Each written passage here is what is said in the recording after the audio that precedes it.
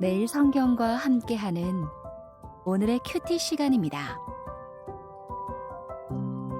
7월 18일 오늘의 말씀은 예레미야 6장 1절에서 15절입니다.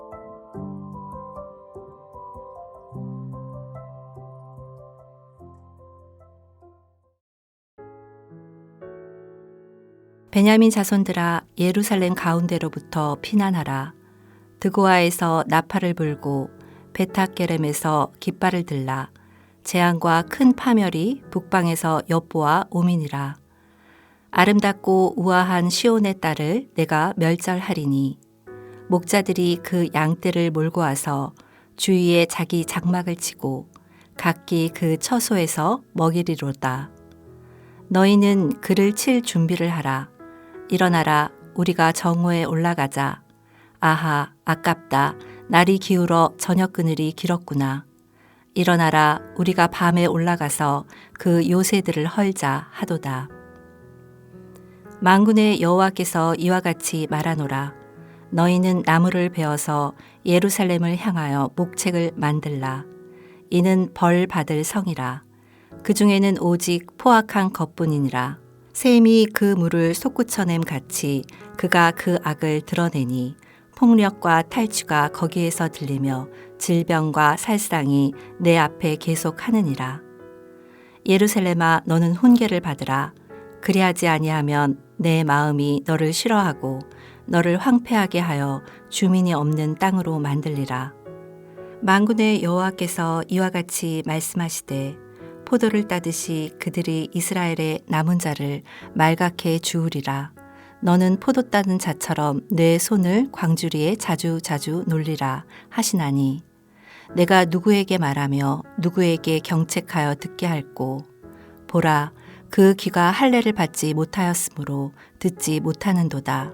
보라, 여호와의 말씀을 그들이 자신들에게 욕으로 여기고 이를 즐겨하지 아니하니 그러므로 여호와의 분노가 내게 가득하여 참기 어렵도다. 그것을 거리에 있는 아이들과 모인 청년들에게 부으리니 남편과 아내와 나이 든 사람과 늙은이가 다 잡히리로다. 내가 그 땅 주민에게 내 손을 펼 것인즉 그들의 집과 밭과 아내가 타인의 소유로 이전되리라. 여호와의 말씀이니라. 이는 그들이 가장 작은 자로부터 큰 자까지 다 탐욕을 부리며 선지자로부터 제사장까지 다 거짓을 행함이라. 그들이 내 백성의 상처를 가볍게 여기면서 말하기를 평강하다 평강하다 하나 평강이 없도다.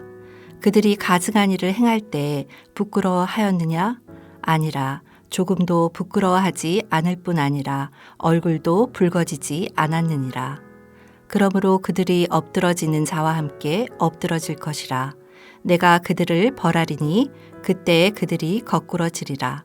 여호와의 말씀이니라.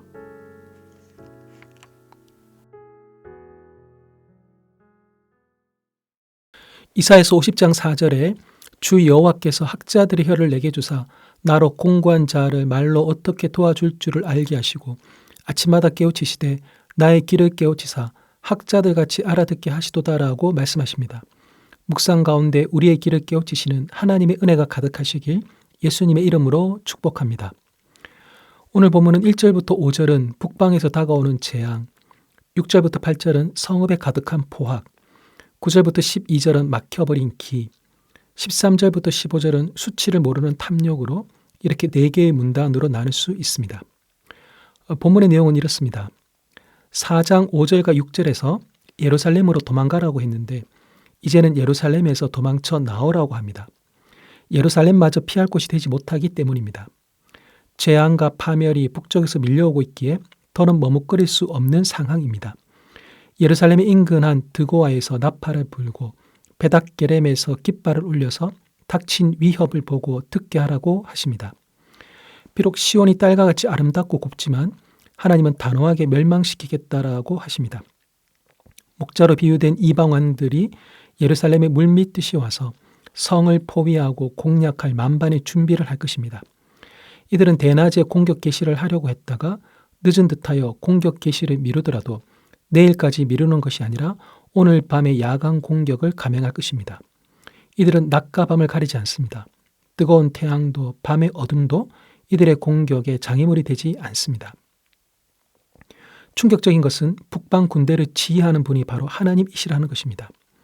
그러기에 유다 백성과 예루살렘 성은 이들의 공격을 막아낼 수 없습니다. 하나님께서 친히 북방 군대를 지휘하여 예루살렘 점령을 위해 흙으로 토성을 쌓는 작전까지 알려주면서 예루살렘을 공격하는 이유가 나옵니다. 바로 예루살렘에 있는 포악과 폭력과 탈취 때문입니다. 이 제약들은 한두 번에 그치지 않고 샘물이 솟구쳐 오르듯 예루살렘에서 끊임없이 일어난 일들입니다.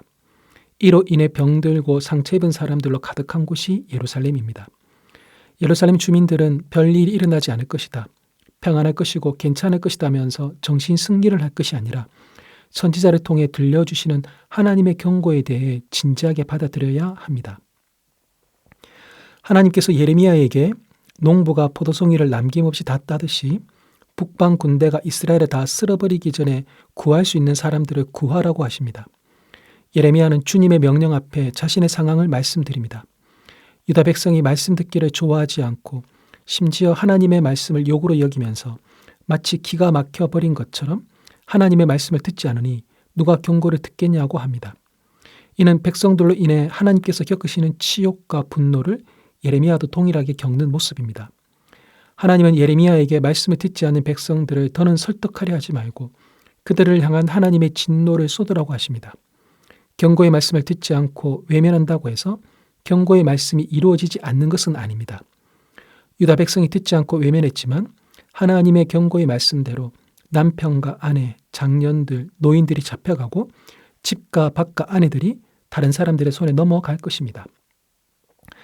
섬기라고 주어진 권력으로 탐욕을 채우는 데 급급한 것은 종교 지도자들도 예외가 아니었습니다.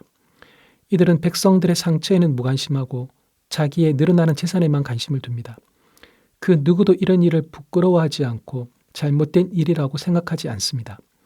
오히려 늘어나는 재산으로 인해 자신의 앞날은 탄탄대로라고 여기고 있습니다. 하지만 하나님은 괜찮다를 남발하는 종교 지도자들을 엎드러뜨리고 거꾸러지게 하심으로 괜찮지 않다는 것을 알게 하십니다. 하나님은 어떤 분이십니까? 경고하시는 분이십니다. 하나님은 드고아에서 들리는 나팔 소리와 베닥 게렘에 울려진 깃발과 무엇보다 예레미야 선지자를 통해 전해주신 말씀으로 유다 백성에게 경고를 하십니다. 하나님은 하나님의 백성들이 다시 하나님께로 돌아오게 하려고 부지런히 선지자를 보내셔서 경고의 말씀을 전하십니다. 경고의 사전적인 의미는 조심하거나 삼가도록 미리 주의를 주는 것입니다. 몸이 보내는 경고의 신호가 있듯 하나님께서 우리에게 보내는 경고의 신호가 있습니다. 경고의 신호를 가벼이 여기지 마십시오.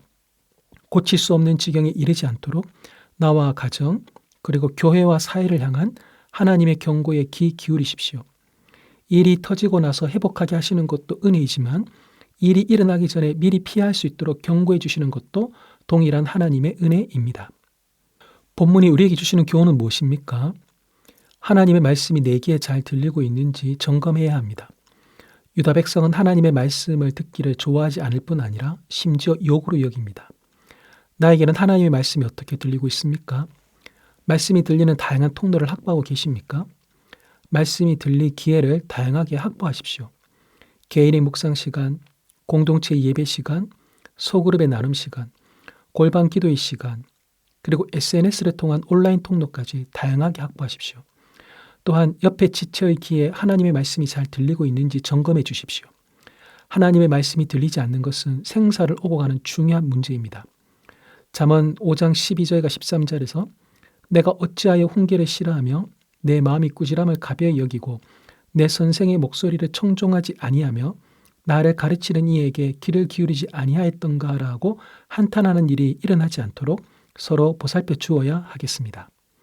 기도하겠습니다. 하나님, 탐욕에는 눈이 열리고 귀가 열려서 조금이라도 더 움켜쥐고자 혈안이 되어 있지만 하나님의 말씀에는 눈과 귀가 닫혀 있는 유대 백성들의 모습이 바로 저의 모습입니다. 작은 이익에 혈안이 되어 어느새 하나님의 말씀에서 너무 멀리 와버렸습니다. 거울을 보면 하나님의 형상이 아니라 욕심으로 가득 찬 짐승과 같은 모습이 보입니다. 저를 긍휼히 여기시고 오늘 경고의 말씀에 힘입어 다시 하나님 앞으로 나아가겠습니다. 저의 삶과 영혼이 탐욕이 아니라 말씀으로, 사랑으로, 사명으로 다시 채워지도록 도와주옵소서. 예수님의 이름으로 기도합니다. 아멘.